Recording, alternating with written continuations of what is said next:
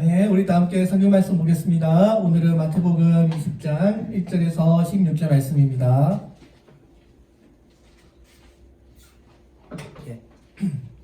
마태복음 20장 1절에서 16절 말씀 제가 봉독하겠습니다. 천국은 마치 품꾼을 얻어 포도원에 들여보내려고 이른 아침에 나간 집 주인과 같으니 그가 하루 한 데나리온씩 품꾼들과 약속하여 포도원에 들여보내고 또 제3시에 나가보니 장터에 놀고 서 있는 사람들이 또 있는지라. 그들에게 이르되 너희도 포도원에 들어가라. 내가 너희에게 상당하게 주리라 하니 그들이 가고 제6시와 제9시에 또 나가니 그와 같이 하고 제11시에도 나가보니 서 있는 사람이 또 있는지라. 이르시되 너희는 어찌하여 종일토록 놀고 서 있느냐. 이르되 우리를 품꾼으로 쓰는 이가 없으니라. 이르되 너희도 포도원에 들어가라 하니라.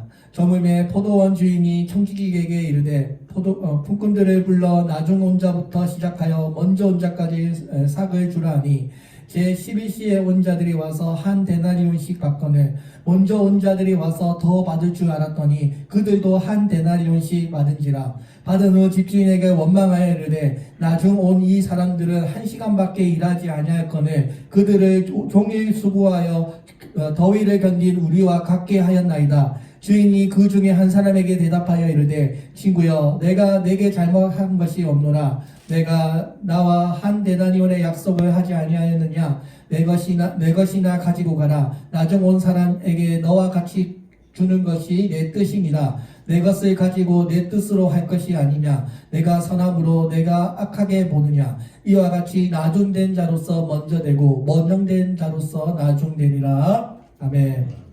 기도하겠습니다. 하나님 감사합니다. 오늘 이렇게 복된 주일 날 사랑하는 성도들 교회에 함께 나와서 찬양하고 또 이렇게 주님 말씀 읽고 하나님 은혜 증거하게 해주시니 감사합니다. 오늘 포도원의 비유에 담겨진 하나님의 뜻을 함께 상고하고자 하오니 복된 시간이 되게 도와주시고 하나님의 뜻을 깨닫는 귀한 시간 되게 하여 주옵소서. 예수님의 이름으로 기도드립니다. 아멘. 반갑습니다. 오늘은 우리가 포도원 비유라고 알려진 아주 유명한 천국의 비유에 대해서 함께 읽었습니다. 우리가 오늘 읽은 이 포도원 비유는 굉장히 많은 해석에 어려움이 있는 본문입니다. 왜냐하면 이 포도원 비유에서 왜 주인이 아침 일찍부터 포도원에서 땀 흘려 수고한 그 일꾼과 나중에 와서 마지막 1시간에 남은 시간에 일한 그 일꾼에게 똑같은 데나리온을 주느냐 하는 것이 풀리지 않는 문제이기 때문입니다. 오늘 이 포도원 주인이 누구일까요? 하나님 아버지를 말씀하는 것입니다. 포도원은 천국이고요. 이 포도원의 주인은 하나님이신데요. 하나님께서 그 일꾼들을 부르시고 그들에게 영원한 생명을 나누어 주고 있습니다. 이 당시에 장터에서 놀고 있는 사람들이 있었는데요. 이 당시의 장터는 오늘날 인력시장과 비슷한 곳이었습니다. 품꾼으로 일하기를 원했던 사람들이 아침부터 일거리를 찾아 나섰던 것입니다. 여러분 잘 아시죠? 이 예수님 시대에 대부분의 사람들이 가난한 사람들이지 않습니까? 하루치의 일용할 양식을 얻는 것도 쉽지 않은 시대입니다. 이때 많은 사람들이 일거리를 구하지 못하고 그냥 쉬고 있는 그때 하나님께서 그들을 부르셔서 포도원의 일꾼으로 삼아주신 것입니다. 자, 그래서 포도원의 주인이 하루에 한 데나리온씩 내가 품꾼을 주겠다, 품삯을 주겠다라고 약속하고 그들을 일꾼으로 불렀습니다. 데나리온, 오늘 본문에 이제 이 데나리온이 나오는데요. 이 데나리온은 당시에 로마 제국의 동전이었습니다. 여러분 잘 아시죠? 예수님께서 사셨던 이 시대가 로마 제국의 그 통치를 받던 시대입니다. 그 당시에 로마 황제였던 데나리우스라는 테베리우스 황제의 얼굴을 따서 데나리온이라고 하는 그 동전을 만들었는데요. 로마 제국이 만든 동전입니다. 여기 보면 여러분 프랑스의 동전도요. 이 데나리온을 모티브로 만들어졌다고 하고 영국의 동전인 페니도 이 데나리온을 모티브로 만들어졌다고 합니다. 이 한 데나리온이 얼마쯤 되냐면 하루에 일당 그러니까 오늘날 우리나라 돈으로 치면 한 10만 원 정도 된다고 합니다. 하루치의 식량입니다. 하루치 가족들이 먹을 수 있는 그 돈을 이제 1데나리온이라고 하는데요. 오늘날로 말하면 한 10만 원 정도 되는 그 금액인데요. 오늘 쉽게 말해서 생계급여를 받은 것입니다. 이 하나님께서 우리들에게 생계비를 보증해 준 것입니다.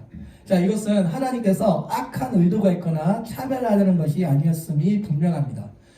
어떤 사람이라도 하루치에 먹을 양식을 공급할 수 있도록, 먹을 수 있도록 하나님께서 공급해 주신 것입니다. 성경에 보면 데나리온 있고 또 드라크마가 나오지 않습니까? 잃어버린 드라크마 비유가 있는데요. 드라크마는 헬라 동전이고요. 데나리온은 로마의 동전입니다. 돈의 가치는 똑같습니다. 헬라 동전이냐 로마 동전이냐의 차이가 있을 뿐입니다. 자, 그래서 오늘 하나님께서 이 포도원 주인이 이제 12시에 나가보니 아직도 놀고 있는 사람이 있던 것입니다. 그래서 그 사람들도 내 포도원에 와서 일하라고 했습니다. 오후 3시에 나가보니 또 놀고 있는 사람이 있는 것입니다. 그래서 포도원에 와서 함께 일하자라고 했습니다. 또 오후 5시에 가보니 그 장터에도 또 놀고 있는 사람이 있는 것입니다. 그래서 포도원 주인이 왜 그렇게 하루 종일 여기서 놀고 있느냐 물었더니 뭐라고 대답합니까? 우리를 일꾼으로 써주는 사람이 없어서 지금 이렇게 놀고 있습니다 라고 합니다. 그러자 그 선한 포도원 주인이 그 사람마저도 고용합니다. 저녁 6시가 되었습니다. 이제 모든 사람들이 일을 마쳤습니다. 아침 일찍 새벽 6시부터 저녁 5시까지 모두 일했던 그 사람들이 이제 포도원 주인에게 와서 그 일당을 받는데요. 관리원이 주인의 지시로 맨 나중에 온 사람부터 시작해서 먼저 온 사람들까지 품삯을 나누어 줍니다. 그런데 오늘 이 일꾼에게 얼마의 품삯이 지불되었을까요? 아침 6시에 와서 12시간 일한 사람, 온종일 일한 사람이 생각해보면 정말 기대가 됩니다. 내가 열심히 하루 종일 일해서 12시간을 일했으니 나는 적어도 한 12데나리온을 받을 거야. 아무리 적어도 한 6데나리온을 주시겠지 하고 주인 앞에 나아간 것입니다.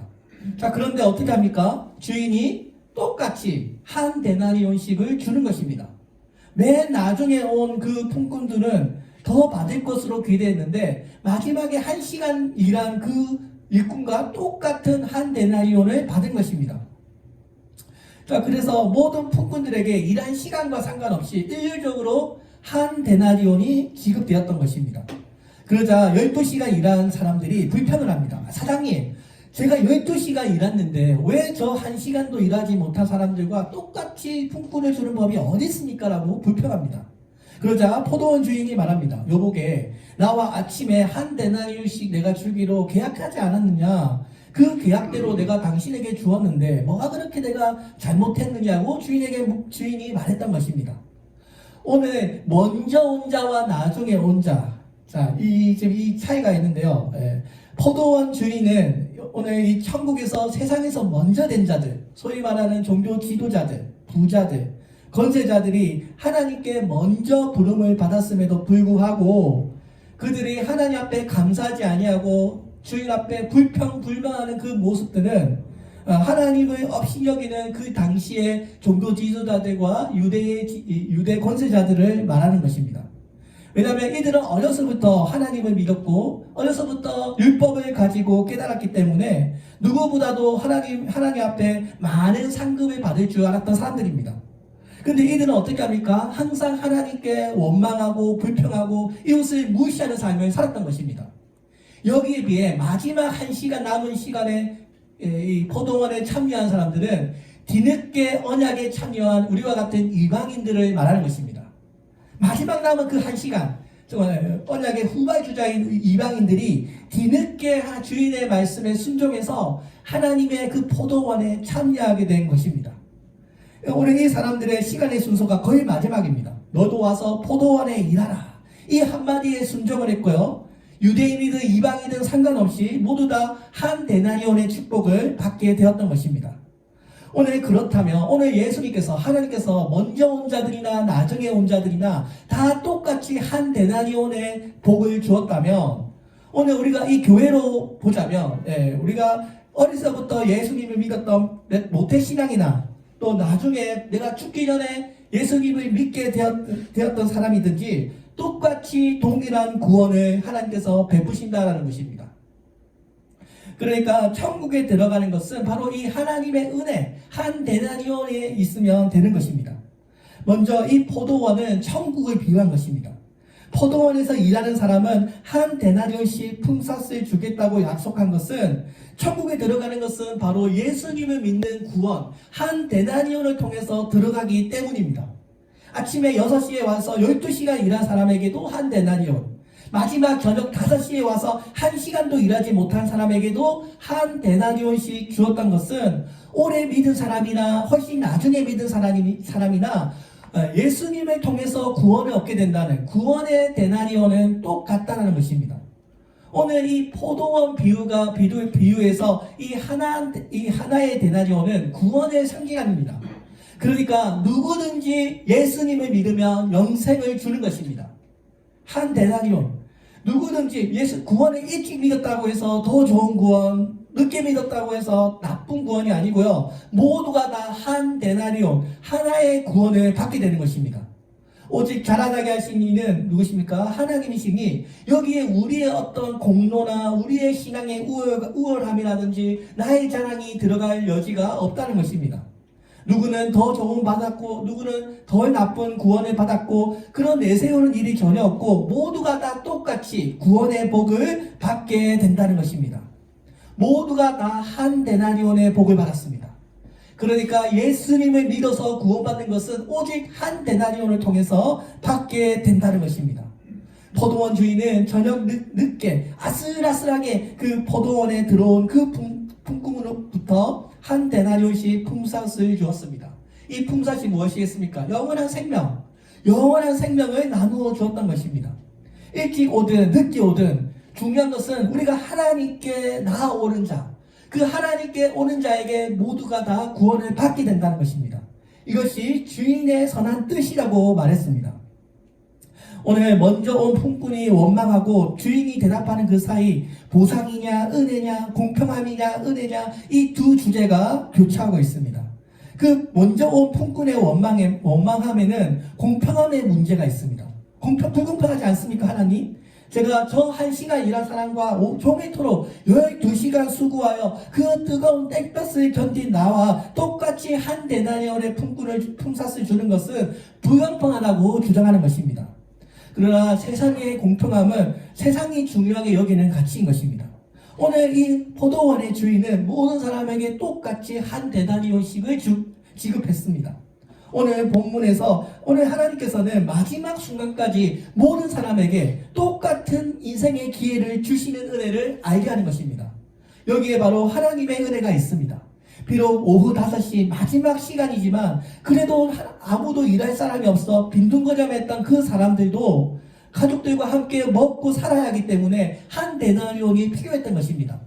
주인은 그들의 그 필요를 알았기 때문에 그들이 얼마나 일했는가를 계산하지 아니하고 그들이 하루의 양식이 필요하다는 그 기준에서 그 생계를 채워주었던 것입니다. 이것이 바로 하나님의 은혜입니다. 어쩌면 오늘 하루 먹을 식량이 없어서 오늘 하루 죽어야 하는 그 가족들과 그 자신을 생각하면서 늦은 시간이라도 주인이 불려서 한 데나리온의 품삯을 주는 것은 그 주인이 훌륭한 사람이기 때문입니다. 여러분 그렇지 않습니까? 포도원에 늦게라도 들어와서 1시간이라도 열심히 수고한 그 대가를 하나님께서는 귀하게 보신 것입니다. 많은 사람들이 인생에 실패할 때 나에게는 기회가 없었습니다라고 불평합니다. 오늘 예수님께서는 그것은 어떤 변명에 지나치지 않는다는 것을 말씀하는 것 같습니다. 하나님께서는 모든 사람에게 골고루 동일한 기회를 주시는 분이기 때문에 그런 불평은 자기의 과실을 하나님께 떠넘기는 책임 전가에 불과하다는 것입니다. 포도원 주인은 품꾼에게 그 품삯을 지불할 때 한 시간 일한 사람이나 하루 종일 일한 사람에게 똑같은 한 데나리온의 품삯을 주었습니다. 아마도 초대교회 내부에 일찍부터 교회를 위해서 헌신했던 사람들과 뒤늦게 교회에 들어온 사람들 사이에 우리가 이 사람들을 어떻게 예우할 것인가 하는 문제가 이 가운데 있었던 것 같습니다. 오랜 기도와 토론 끝에 초대교회가 이렇게 고백합니다. 하나님 앞에서 우리는 모든 차별을 넘어 의무와 권리를 똑같이 나누는 고귀한 형제 자매입니다. 이 신앙 고백으로 교회의 내부적인 갈등을 넘어선 것 같습니다. 이 당시에 이런 교회의 결정을 부당하다고 느낀 사람들도 없지 않았을 것 같습니다. 모든 교회 공동체마다 일찍 와서 수고한 사람들이 있고 뒤늦게 참여한 새신자들이 있습니다. 공동체에 오래 있으면 오래 있을수록 또 그들의 헌신이 많을수록 서운해하는 마음이 생기기 마련입니다. 하지만 그 당시의 초대교회 공동체는 그 기존의 모든 차별과 신분을 넘어서서 공평하고 정의로운 세상, 하나님의 나라를 추구하는 교회 공동체를 세우고자 했던 것입니다. 하나님의 나라 백성, 오늘 우리 이 교회 공동체가 세상 사람들과 다른 것은 우리 앞서 나간 사람들이 더 많이 갖고 뒤처진 사람들이 지배받는 것이 아니라 그 모두가 다 그들의 기득권을 다 내려놓고 모두가 다 동일한 하나님의 형제 자매로 하나님 앞에 사랑을 나누고 모두가 다 예수님의 사람들로 믿음을 신앙 고백하는 그런 하나님이 기뻐하시는 교회를 세우고자 했던 것입니다. 그러니까 하나님의 그 구원 공동체는 모든 사람에게 열려 있었던 것입니다. 누가 언제 어떻게 하나님 앞에 나오더라도 하나님은 똑같은 사람에게 똑같은 사랑으로 그들을 품어주신다라는 것입니다. 여러분 상관없습니다. 그 사람이 아브라함의 조상으로 태어났든 아브라함의 후손으로 태어났든 그래서 오래전부터 어머니 뱃속부터 하나님을 믿어왔던 주의 백성이든지 하나님을 잘 믿었다가 교회에 시험 들어가지고 교회를 떠나서 세상 방탕하게 살다가 나중에 재산을 다 탕진하고 하나님께 돌아온 탕자건 하나님께서 공급하시는 사랑은 다 동일하다는 것입니다. 오늘 하나님을 떠나 하나님과 상관없는 삶을 살다가 뒤늦게 하나님이 필요해, 하나님을 믿어야겠어 참여한 그 이방인들에게도 하나님은 한 데나리온의 복을 내려주신다라는 것입니다.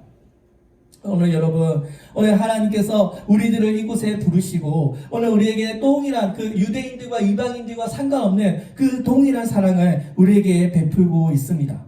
모두가 다 똑같은 데나리온이 주어진 것입니다. 여러분 그렇지 않습니까? 오늘 누구에게나 우리가 다 똑같은 24시간이 주어져 있습니다. 부자라고 해서 시간이 더 많은 것도 아니고요. 가난하다고 해서 시간이 더 적은 것도 아닙니다. 누구에게나 다 동일한 하루 24시간이 제공되고 있는 것입니다. 문제는 뭔가요? 이 하루 24시간을 내가 어떻게 사용하느냐에 따라 어떤 사람에게는 20시간처럼 될 수도 있고 또 어떤 사람에게는 30시간처럼 될 수 있다는 것입니다. 그러니까 내가 인생에 기회가 없어서 망했다라고 생각하는 사람은 없다라는 것입니다. 그들은 단지 하나님께서 똑같이 주시는 그 하루의 24시간을 인생의 기회로 여기지 않고 그냥 대충 살고 대충 흘려보냈기 때문에 인생에서 실패하게 된 것입니다. 똑같은 하루 24시간을 내가 어떤 자세로 보내느냐에 따라 그 사람의 인생의 가치가 달라진다는 것입니다. 오늘 여러분 우리 주변에 구원의 이 기회를 얼마나 놓치는 사람들이 많이 있습니까? 오늘 마지막 한 시간에 남은 그 일꾼을 하나님께서 부르시고요. 그들에게 동일한 구원의 은혜를 베푸셨습니다. 오늘도 우리 주변에 하나님을 마지막 순간까지 예수님을 믿기만 하면 구원을 받는데 순종하기만 하면 하나님의 영생의 축복을 받을 수 있는데도 여전히 예수님을 믿지 못하고 여전히 인생에 불평하며 여전히 하나님을 원망하는 삶을 사는 사람들이 우리 주변에 많이 있다는 것입니다. 오늘 10절에 보면 제10시까지 장터에서 빈둥거리던 그 사람들이 하나님께서 그들을 불러주셨습니다. 그러니까요, 하나님께서 그들을 불러주셨습니다. 그죠? 그러니까 여러분, 오늘날로 말하면 먼저 하나님의 은혜를 받은 그들이 교회로 데려가는 사람이 없어서 빈둥빈둥 놀고 있을 때 우리가 하나님께 받은 그 은혜의 사람들이 그들에게 다가가서 그들이 다시 교회로 돌아올 수 있도록 구원의 초청을 해야 한다는 것입니다. 교회와 성도는 무조건 전도해야 합니다. 개척교회 얼마나 힘듭니까? 우리가 돈이 되든 안 되든 전도만큼은 돈이 안 드는 방향이라도 계속해서 해야 됩니다. 전도의 시간보다 더 값진 것이 없습니다. 꾸준한 전도가 열매를 맺습니다. 어제도 우리 김종현 집사님이랑 교회 청소하고요. 롯데캐슬 가가지고 우리 20층 한 16개의 동을 다 돈단지 다 붙이고 같이 전도했습니다. 여러분 꾸준한 전도가 열매를 맺습니다. 아무리 교회에서 기도 많이 하고 교회 오래 다녔다고 해도 높은 직분을 받았다고 해도 복음을 전하라고 하는 그 하나님의 어명에 무관심하게 살아간다면 잘 믿는 성도가 아닌 것입니다. 우리 주변에 하나님을 잘 믿다가 낙심한 영혼들, 방황하는 영혼들, 구원 문제로 고민하는 영혼들, 진리로 발을 세워진 교회를 여전히 찾고 있는 영혼들이 우리 주변에 얼마나 많이 있습니까? 우리 주변에 잘 살펴봐서 오늘도 기도하면서 간절함으로 교회를 찾고 하나님을 찾는 그들을 우리가 데려가는 사람이 없어서 방황하는 그 사람들에게 교회로 인도하는 일을 해야 될 줄로 믿습니다. 오늘 포도원의 주인 되시는 하나님이 그들을 부르셨습니다. 여러분, 혹시 우리가 이 젊음을 낭비해서 여전히 많은 시간을 헛되이 보냈다고 할지라도 지금이라도, 여러분 늦지 않았습니다. 지금이라도 그 품꾼이 주인의 말을 듣고 순종해서 그 포도원에 들어갔듯이 오늘 하나님께서 그 여전히 마지막 순간까지 그들을 찾고 있다는 것입니다. 오늘 우리 도시성교교회가 그 포도원의 마지막 시간에 구원에 참여했던 그 언약의 후바주자 된 것처럼 우리가 하나님의 목적이 거룩하게 이끌어가는 교회가 되었으면 좋겠습니다. 여러분 신천지 저기 미사역에 가시면 정말 이단들이 많이 전도하고 있습니다. 제가 지나갈 때마다 아니 저 이단들도 저렇게 열심히 전도하는데 우리가 가만히 있어서 되겠느냐 이런 생각을 할 때가 너무나 많습니다. 고린도전서 9장 16절에서 사도 바울이 말합니다. 그러나 내가 복음을 전하는 것은 내게는 자랑할 것이 아닙니다. 그것은 내가 꼭 해야 할 일이기 때문입니다. 내가 복음을 전하지 않는다면 내게 화가 미칠 것이기 때문입니다 라고 말했습니다.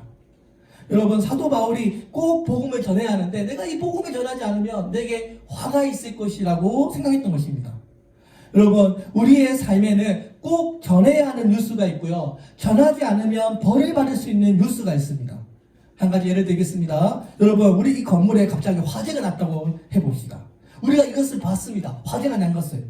그런데 화재가 나고도 여러분 119에 신고하지 않으면 여러분 그 수많은 생명들이 잃게 된다면 그 책임은 누구의 책임일까요? 내가 그것을 보았는데도 신고하지 않으면 그 무거운 책임이 나의 양심의 가책을 돌아오는 것입니다. 또 한 가지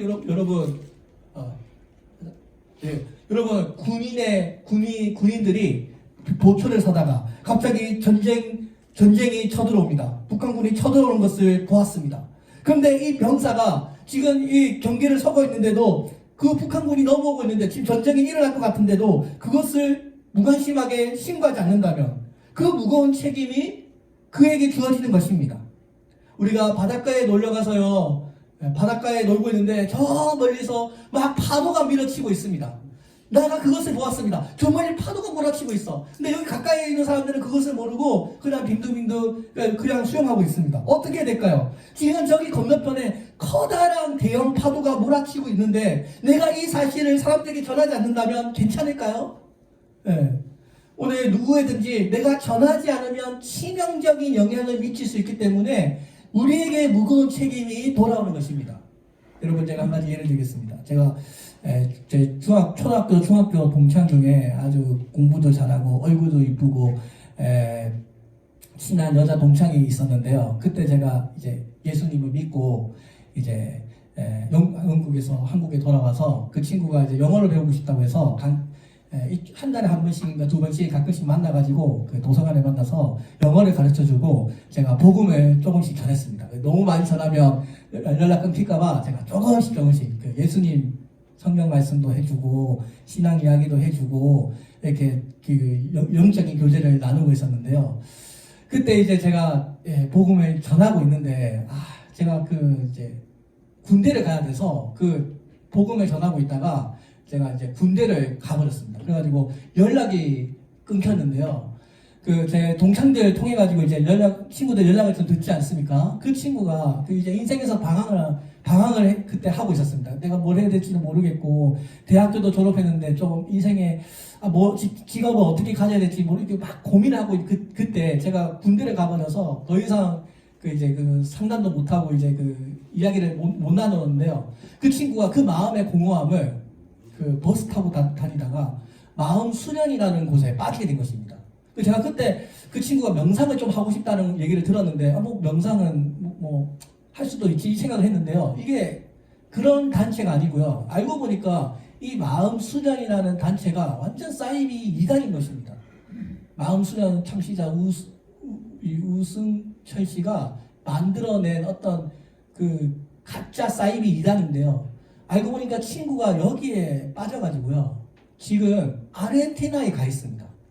여기 이 사람들이 그 세계 성교를 보내가지고 제가 큰 충격을 받았습니다. 제가 그때 정말 열심히 복음을 전해서 완전히 예수님을 믿게 했다면 이 친구 똑똑하고 얼굴도 예쁘고 재능이 많은 친구였거든요.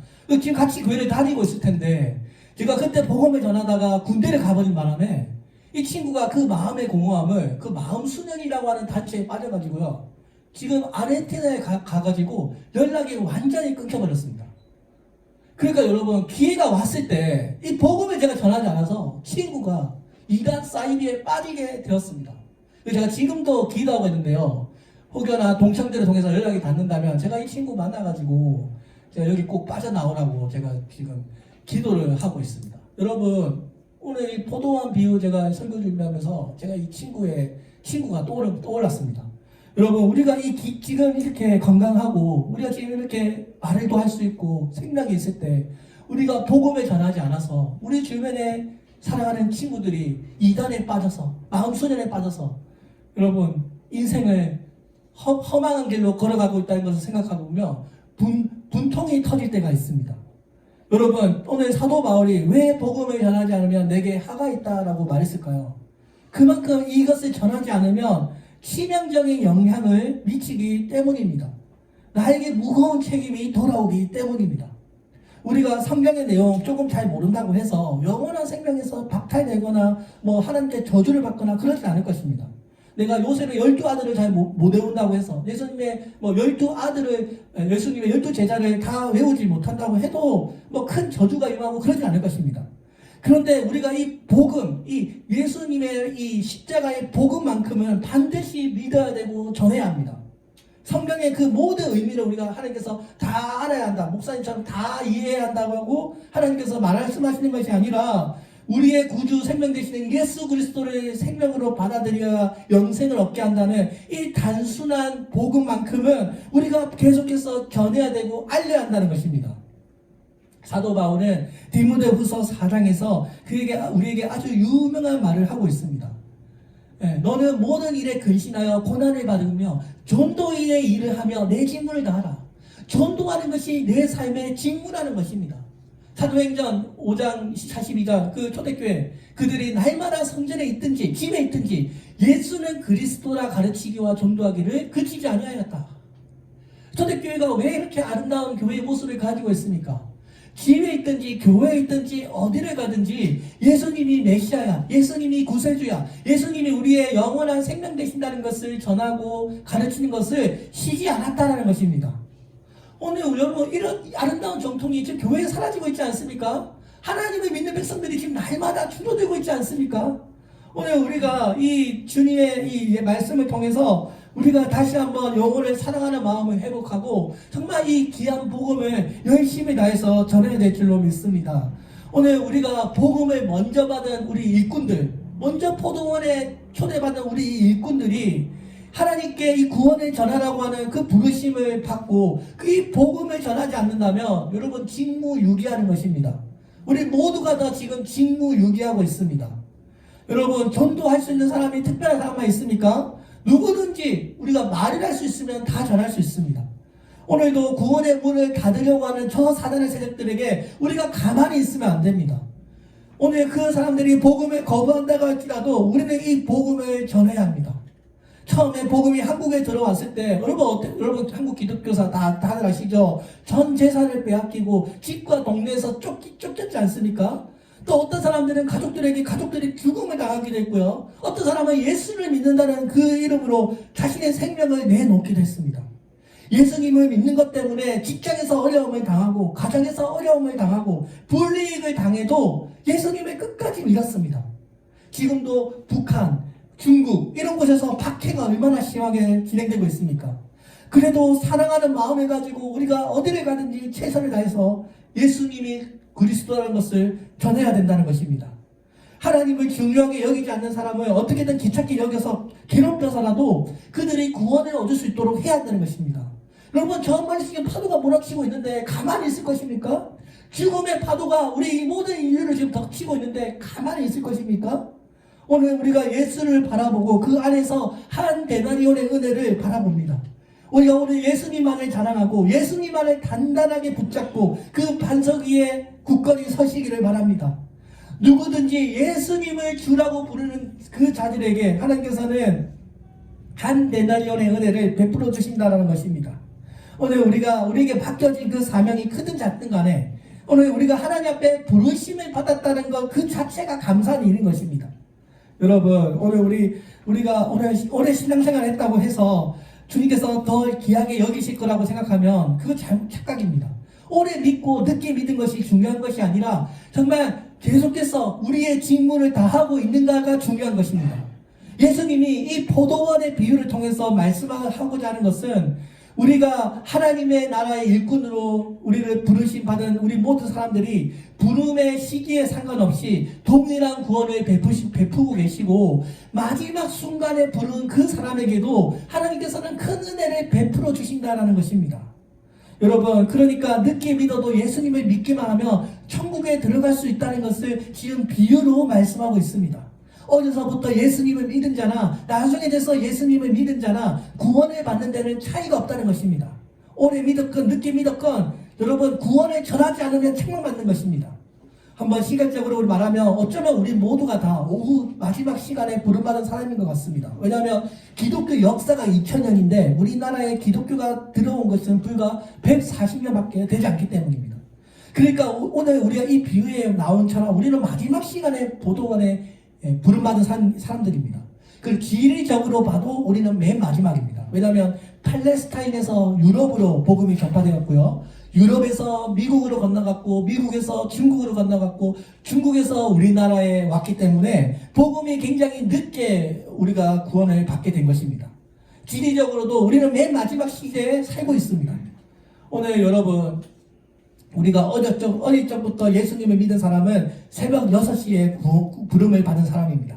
학창시절에 부름을 받은 사람은 오전 9시에 부름 받은 사람일 것입니다. 청년시대에 부름받은 사람은 점심 12시에 부름을 받은 사람일 것입니다. 내가 40대쯤에 되어서 예수님을 믿은 사람은 아마 오후 3시에 부름을 받은 사람일 것입니다. 나머지 50대, 60대, 70대가 되어서 예수님을 믿은 사람은 바로 오늘 이 마지막 시간대 오후 5시에 부름을 받은 사람이라는 것입니다. 여러분, 오늘 마지막 시간을 살고 있습니다. 마지막 남은 그 1시간 밖에 남지 않는 그 시간에도 하나님은 구원의 복을 전하였습니다. 오늘 우리가 남은 시간이 그렇게 많지 않다는 것을 기억하시기를 바랍니다. 남은 시간이 1시간이지만 그 천국의 포도원으로 불러주신 그 은혜가 너무 감사해서 그 생명을 다해서 남은 그 1시간도 잡담하지 않고 머뭇거리지 않고 열심히 일해서 하나님 앞에 한 데나리온을 받은 것처럼 이제 우리에게 마지막 일할 시간이 1시간밖에 남지 않았다는 그 자세로 신앙생활 할 수 있기를 바랍니다.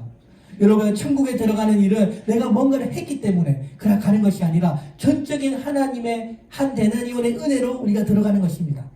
오늘 예수님께서 우리에게 부르시면 예 외에는 다른 말은 필요 없습니다. 다른 기술도 필요 없습니다. 가진 것도 필요 없습니다. 힘도 필요 없습니다. 그냥 예수님께서 하자고 말씀하실 때 핑계하고 머뭇거리지 말고 너도 포도원에 와서 일하라. 내 인생이 얼마 남지 않았다고 말씀하실 때 예 하나님 감사합니다라고 가서 마지막 남은 그 1시간 최선을 다해서 일할 수 있는 성도들이 되시기를 바랍니다. 여러분, 우리는 지리적으로 시간적으로 맨 마지막 시간에 부름하는 사람인 줄로 믿습니다. 우리 도시성교교회가 언약의 후발주자지 않습니까? 뒤늦게 우리가 교회가 세워지지 않았습니까? 그렇기 때문에 우리가 그만큼 더 열심히 복음을 전해야 될 줄로 믿습니다. 여러분, 내 환경이 마지막 오후다셋이라고 할지라도 포기하지 마시고 최선을 다합시다. 하나님의 포도원의 일에서 한 데나리온의 복을 받은 것뿐만 아니라 영광의 면류관이 우리를 향하여 예비되어 있을 줄로 믿습니다.